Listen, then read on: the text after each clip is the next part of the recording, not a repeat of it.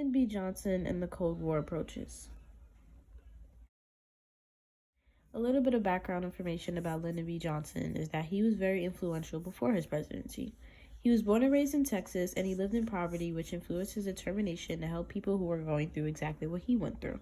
By the end of his first term, he was considered one of the most powerful senators in America. He even had a treatment named after him called the Johnson treatment, which was the act of convincing someone to vote for you, which is what Johnson was very known for. He was contributory in winning passage of the Civil Rights Act of 1975.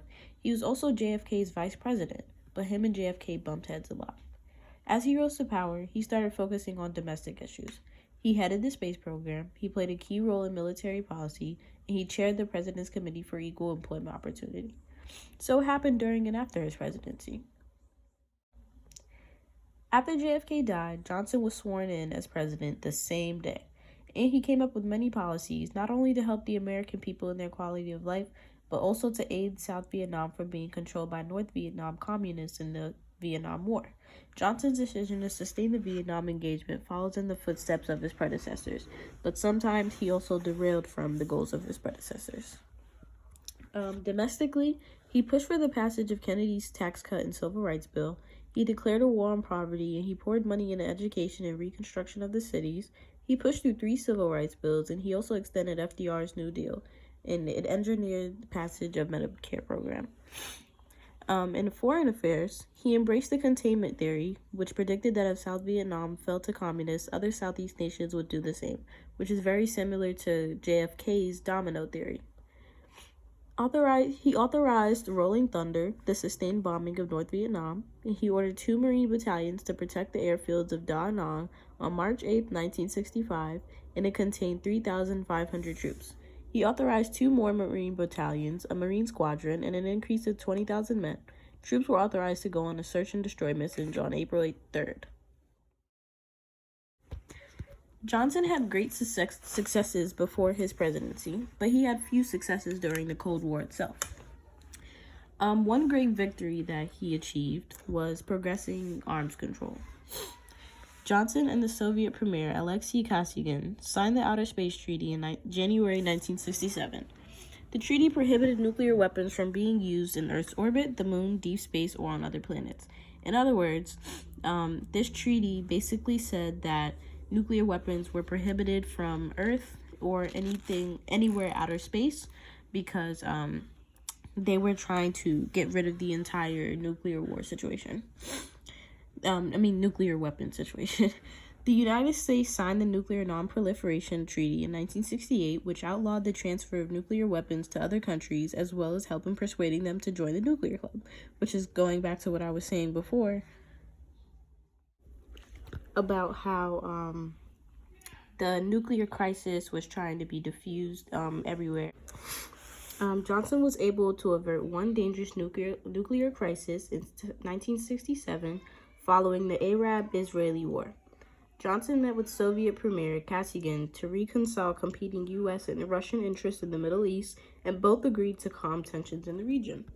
So Johnson really, in these successes, he calmed tensions with the entire nuclear crisis and nuclear weapons. Now for his failures. Johnson spent a lot of money for this war, and not only just money, but also lives of soldiers. The Vietnam conflict intensified, and Johnson sent more than 100,000 combat troops to fight. As Vietnamese and National Liberation Front kept winning, Johnson poured more money into the war as well as men and firepower. Many people thought this was a bad idea because a lot of people thought that the war was unwinnable, and then Johnson was just putting too much money into something that will never be won. He failed his reputation as a president. An anti-war movement in the U.S. gained momentum, and Johnson's popularity drastically decreased below 30% approval ratings. And this is because people started to lose confidence in him and his actions and policies. He was too optimistic. When he approved the NSAM 273, which directed the U.S. government to assist the people and government of South Vietnam to win their contest against communists, The Northern communists quickly overtook that. They didn't all the way think it through, and yeah. He was using troops like it was no tomorrow. Johnson used a lot of troops during the war, and when he approved NSAM 2288 in late March 1964, it called for even more U.S. involvement in South Vietnam affairs and a greater use of force, including planning for airstrikes against North Vietnam. He not only used a lot of troops and kept sending troops to an unwinnable war, but he also spent money on airstrikes against North Vietnam, which cost a lot of money as well.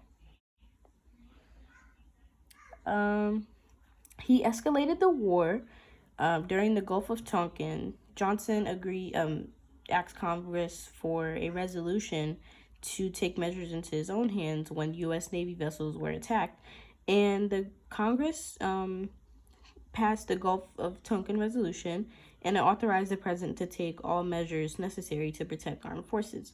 But, like in number 6, it says, was he too eager?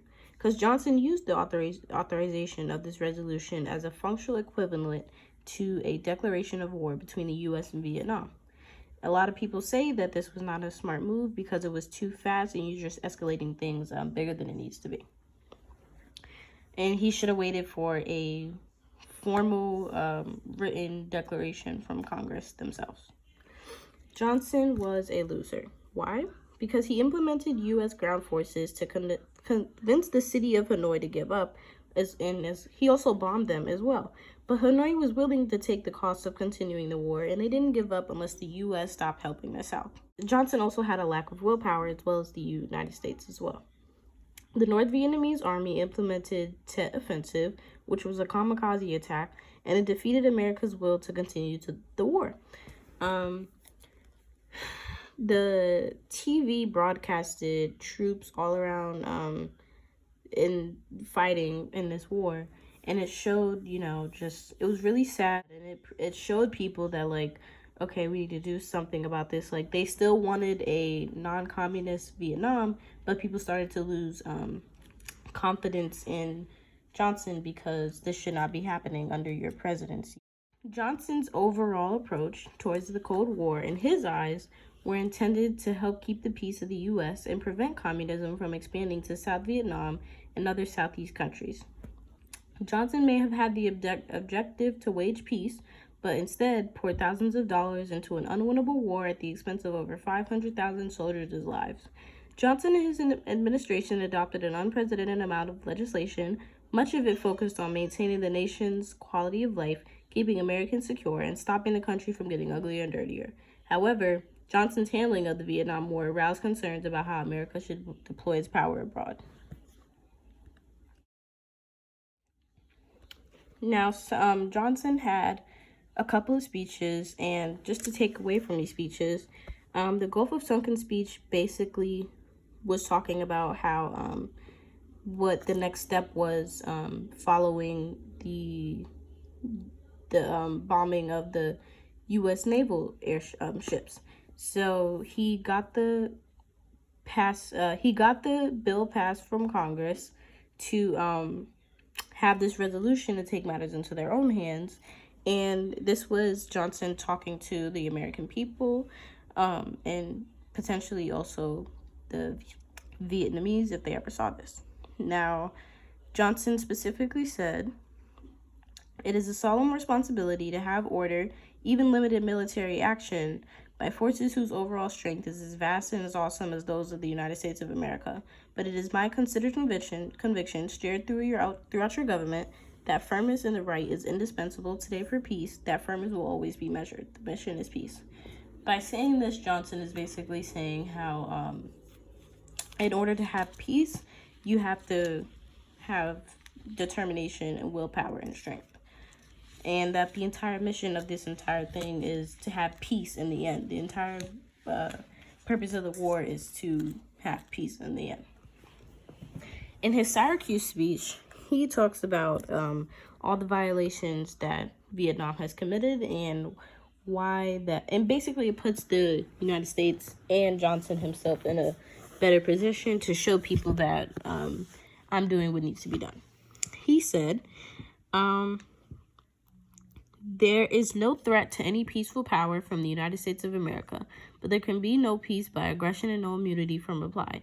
That is what is meant by the actions that we took yesterday. By saying this, he's basically saying, you can't have peace by being aggressive, but you can't be excluded from peace by just simply replying. So he's trying to find a common middle ground on what to do about this entire situation. He also had another speech titled "Why We're in Vietnam," and the answer to his question is that he said, in his own words, "We're in Vietnam to fulfill one of the most solemn pledges of the American nation, which is to keep the peace."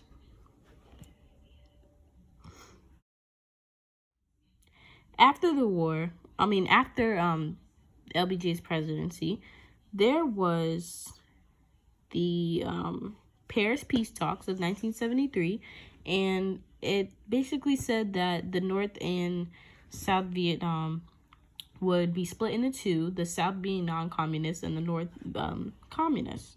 But that didn't last long because when Nixon resigned, North Vietnam wasn't convinced that the U.S. would enforce the peace agreement, and communists gained full control in 1975. President Ford directly begged Congress members, because a majority of Democrats of the 94th Congress did not keep the word of the U.S., he begged them to keep the word, but many walked out because they had investments in America's failure in Vietnam, and they were against the war. A similar successor of President Johnson is Richard Nixon.